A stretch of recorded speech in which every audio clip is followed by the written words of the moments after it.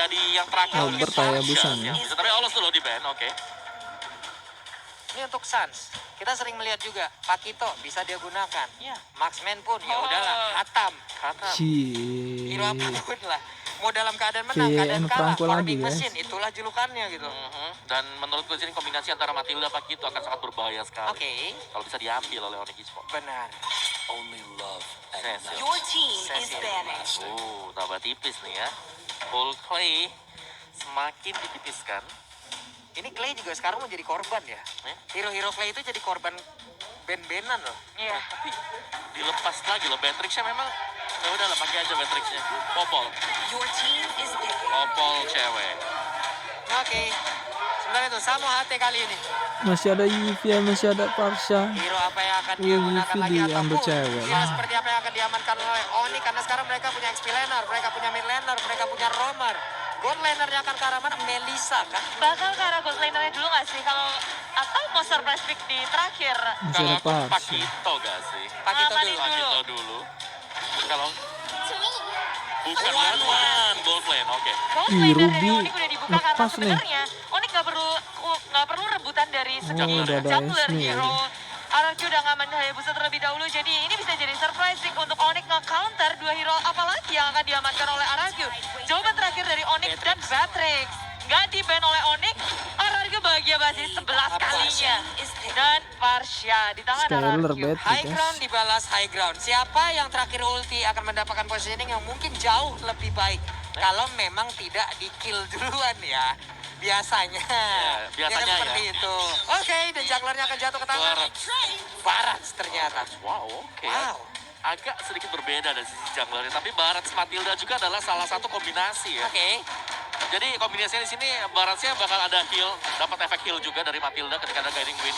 Dan juga dia bisa diselamatkan dari Matilda dengan guiding windnya.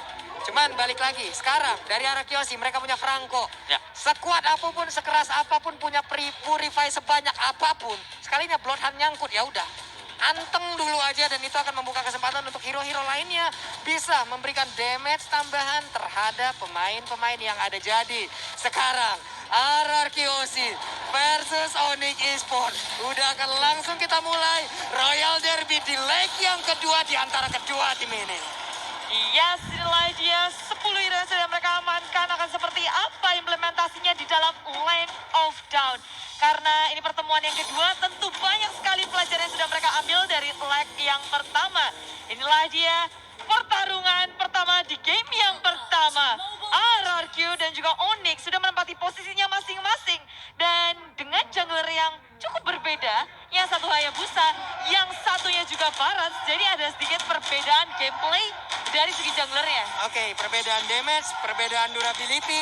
Ini juga beda banget di antara kedua jungler ini, tapi barusan ada Iron Hook dari Finn yang memang udah kena juga ke arah Keyboy, tapi Keyboy bandel banget. Dia malah mendorong mundur karena kita tahu Franco setelah adanya Iron Hook ya udah hanya abang-abangan yang ke bawah jangkar kemana-mana. Ya, ditahan terus-terusan, mencoba untuk jadi badan dari Keyboy. Dan Onyx Esports mencoba untuk ngenakin dari Suns-nya, dari cewek. Tapi early rotation, RRQ Uzi, mereka punya banyak keunggulan dari Hayabusa Albert. Dia bisa ngasih damage yang sangat besar. Ngelakuin rotasi juga pergerakannya sangat cepat dibandingkan dengan Barats di early game pastinya, Om. Ya, tapi Baratsnya di sini dengan Demon Slayer sih. Jadi dia akan memberikan damage yang gede untuk creep jungle. Jadi ini akan ada farming pattern dari Onyx Esports di mana mereka akan main defense dulu. Mungkin lebih karena nungguin one-one-nya untuk jadi. Lalu mereka akan melakukan team fight. Kecuali memang kepaksa ya kena Iron Hook. Yap. Jadi untuk one-one sendiri ya selama Lilies of Flower-nya ada, Aman ini ya? nggak bakal bisa ketarik oleh Franco loh. Enak banget dia. Sekalinya ketarik tinggal Lilies of Flower, udah anti CC-nya akan langsung aktif barusan. Dengan Phantom Shuriken, Quiet Shadow maju ke bagian depan, ada First Blood yang berhasil diamankan oleh Clay.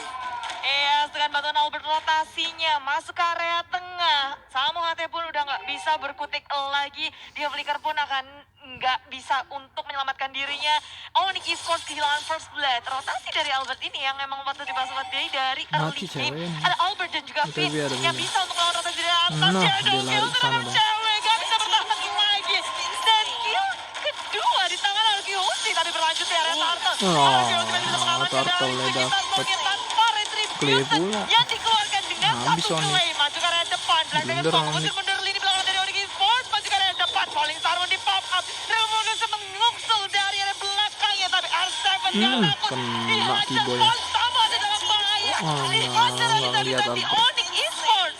Wow, pertukaran nyawa antara R7 dan juga Samohate. Tapi perjuangan yang dilakukan barusan oleh R7 membuat mereka bisa memenangkan tim fight barusan dengan menggagalkan satu real world manipulation. Yes, dan inilah yang menyebabkan ketika kita melihat dari secara statistik perbedaan KDA, permainan yang super agresif diperlihatkan Arkehosis semenjak awal permainan. Yap, Dan dengan kehadiran dari Franco di sini dia ada di sana, dia berdiri hanya untuk bertugas nge-delay. benar. Kalau memang tertarik dari buffnya, bagus. Ya, Kalau enggak ya nggak apa-apa. Plus kalau kita ngeliat Franco kayaknya kita bakal langsung bimbang, Om. Ya, seram ya. Ragu mau melakukan apapun gitu loh. Ya. Mau mukul nanti ditarik, nggak dipukul waktu kebuang.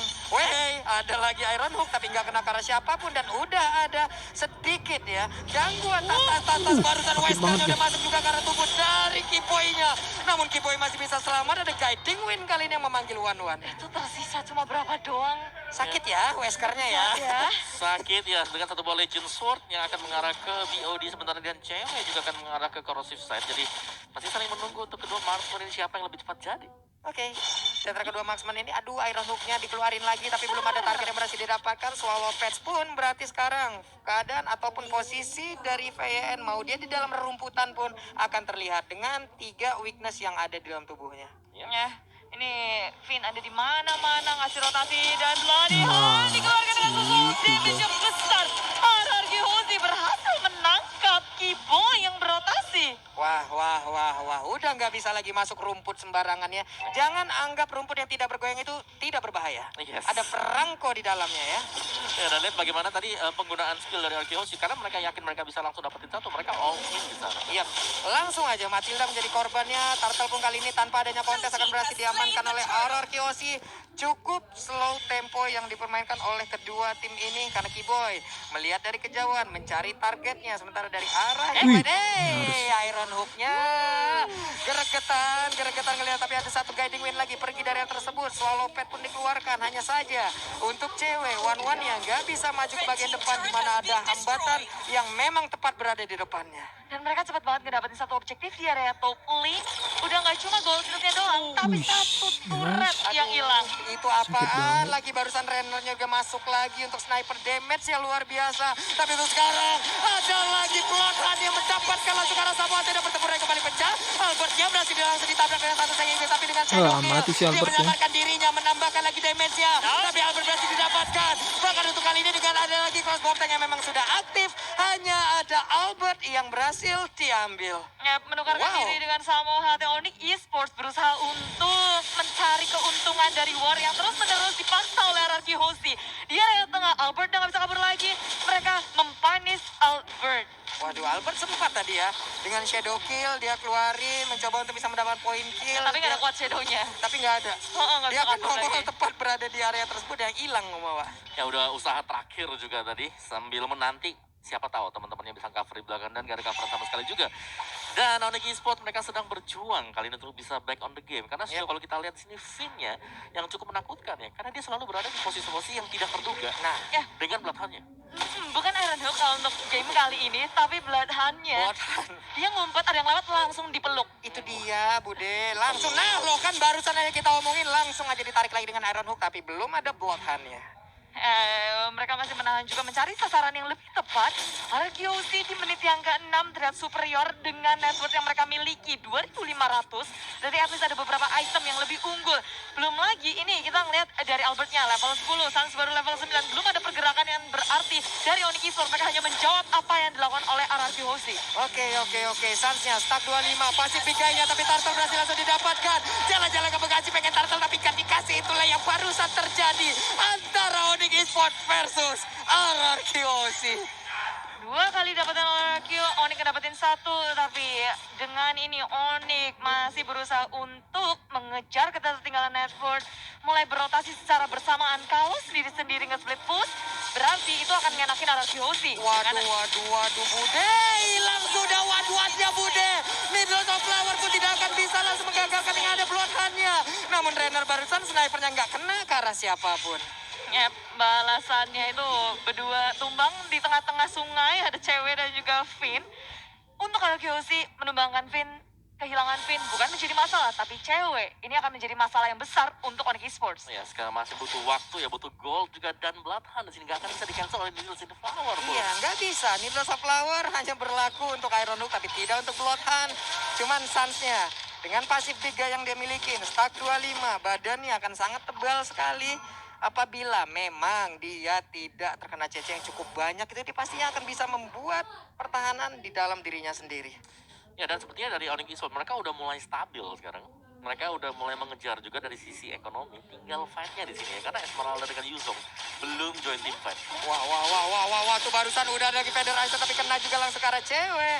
Hanya saja Federizer kayak langsung digagalkan, langsung dibatalkan begitu aja. Belum ada pergerakan tapi Albertnya mengincar satu sisi terlemah dan peperangan pun kembali pecah. Udah ada konsel langsung maju ke bagian depan, ada Bloodhound langsung diaktifkan begitu aja. Sementara Samoati mundur ke arah yang berbeda. R7 seorang diri ditabrak Cycling Eagle. Nggak ada yang ngikut ke arah tubuh dari Kiboy, tapi Kiboynya malah menjadi korban untuk kali ini.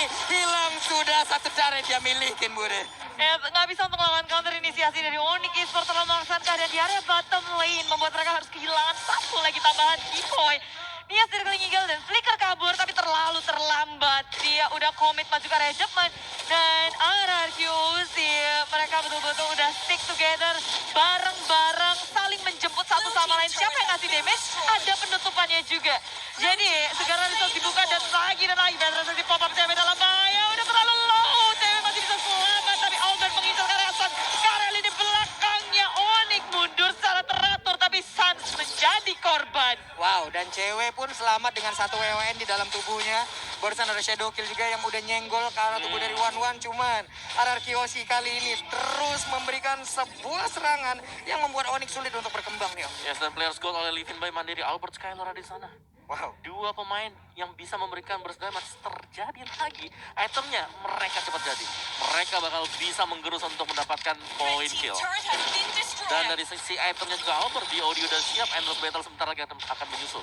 Itu runnernya masuk lagi, snipernya masuk lagi. Skylar terus-terusan berulah, ada konsel juga udah diaktifkan. Swallow Pad dilemparkan, terkena ke arah Finn. Ada 4 weakness point di dalam tubuhnya. Yang pastinya untuk kali ini dia bersembunyi di dalam rumputan pun pasti akan kelihatan. Namun satu inner turret di area top lane pun berhasil langsung diamankan. Terus ngegulung dengan adanya satu Lord di area top lane, di area bawah ada R7, Iron Hook nggak connect ke siapapun, tapi Onyx masih bisa mendefense inhibitor milik mereka. Di area atas, tengah, bawah masih aman untuk Onyx. Oke, masih aman lagi. Satu inner turret di tengah, di atas, di bawah, semuanya udah remuk. Hanya ada 3 base turret yang melindungi mereka saat ini. Namun kalau dari minimap kita lihat ada serangan yang dilakukan oleh Albert ke depan, bahkan dengan retribution yang langsung dia tekan menuju ke arah One-nya masih bisa selamat.